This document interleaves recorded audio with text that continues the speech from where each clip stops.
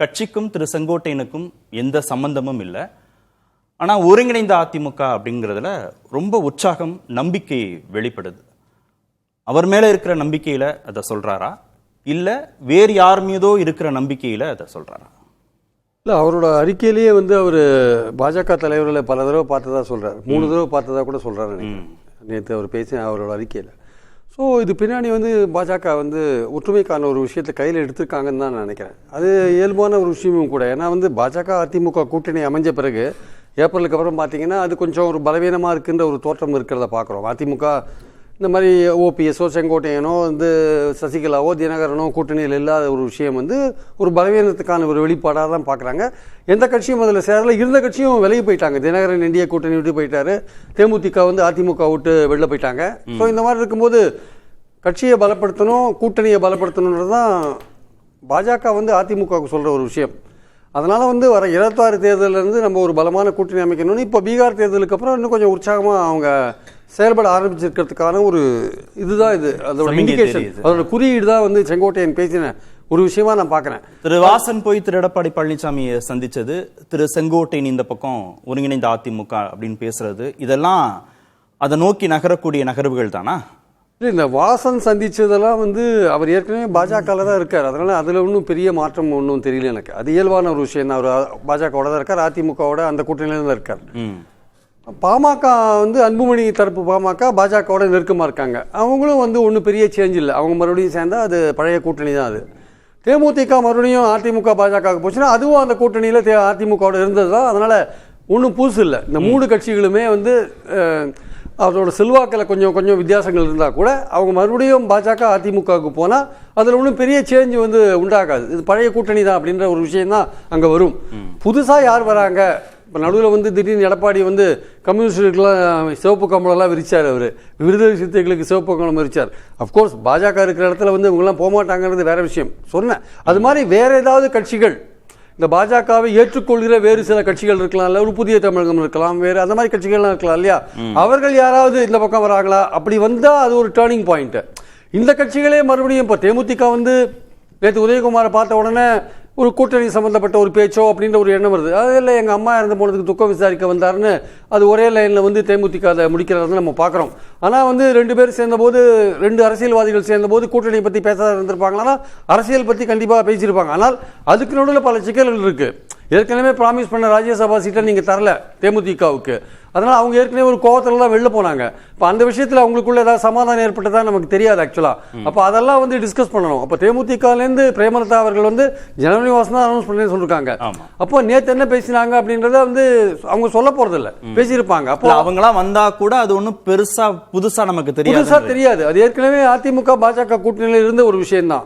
ஆனால் நமக்கு ஆக்சுவலா பாத்தீங்கன்னா செங்கோட்டையன் தினகரன் மறுபடியும் உள்ள வர விஷயம், செங்கோட்டையன் ஓபிஎஸ் சசிகலா அவங்க வர விஷயம் தான் உண்மையிலேயே ஒரு இன்னும் கொஞ்சம் அதை பூஸ்ட் பண்ணக்கூடிய ஒரு விஷயமா நான் பார்க்கிறேன். திரு பழனிசாமியின் முன்னுரிமை எதுவாக இருக்கும்? இந்த கட்சிகள் தேமுதிக பாமக போன்ற கட்சிகளை மீண்டும் உள்ள கொண்டு அகாமடேட் பண்றதா இருக்குமா, இல்ல அதிருப்தியால் வெளியேற்றப்பட்ட அதிமுக தலைவர்களை உள்ள கொண்டு வருவதா இருக்குமா? இது திரு பழனிசாமி ஆங்கிள் இருந்து கேட்கிறேன்.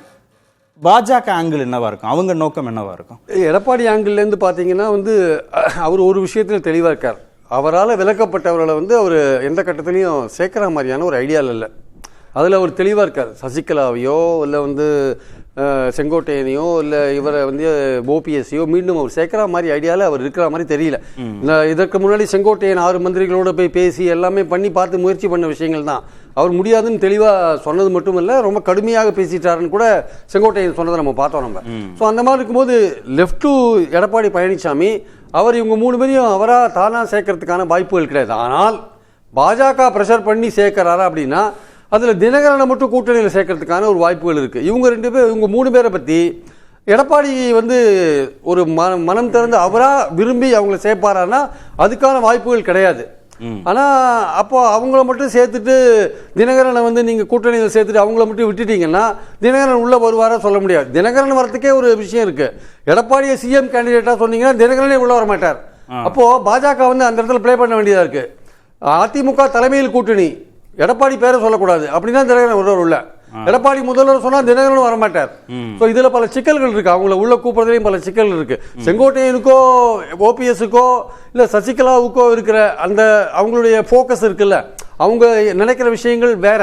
அதிமுக ஒன்றுபடணும் பலப்படணும்னு நினைக்கிற விஷயம்.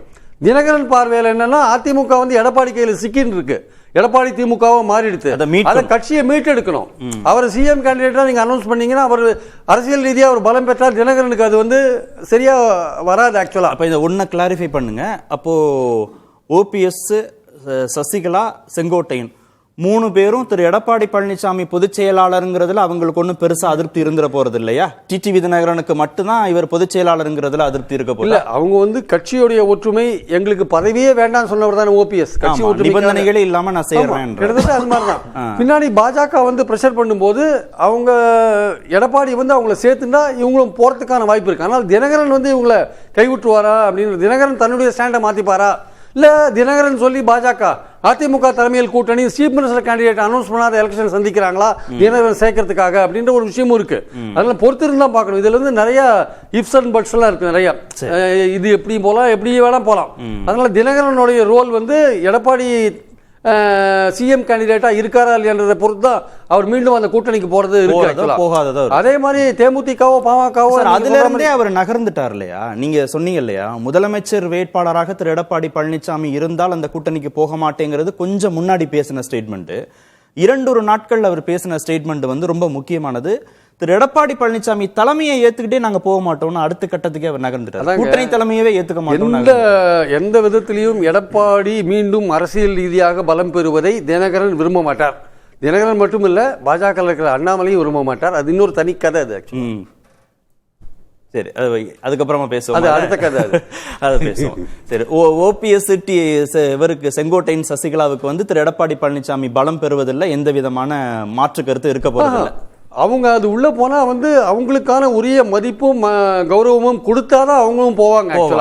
பாஜக சொல்றாங்கன்ற ஒரே காரணத்தால அந்த பிரஷருக்காக போவாங்களா சொல்ல முடியாது. அவங்களுக்கும் அந்த இப்ப பேசும்போது நிறைய விஷயம் சொல்லலாம், கட்சி ஒன்றுபடணும், எங்களுக்கு எதுவும் பதவியெல்லாம் வேண்டாம்னு சொல்லலாம். ஒன்ஸ் நீங்க உள்ள போயிட்டீங்கன்னா இதுல வந்து எடப்பாடி தான் தன்னை தேத்திக்கணும். தன்னுடைய ஆளுமை மேல எடப்பாடிக்கு நம்பிக்கை இருக்கணும். முதல்ல யார் வந்தாலும் பரவாயில்ல, அவங்கள வச்சு நான் மேனேஜ், ஏன்னா அவருக்கு தான் முதல்வர் கனவு இருக்கு, அவருக்கு தான், அவர் தான் எல்லாரையும் சேர்த்துக்கணும்.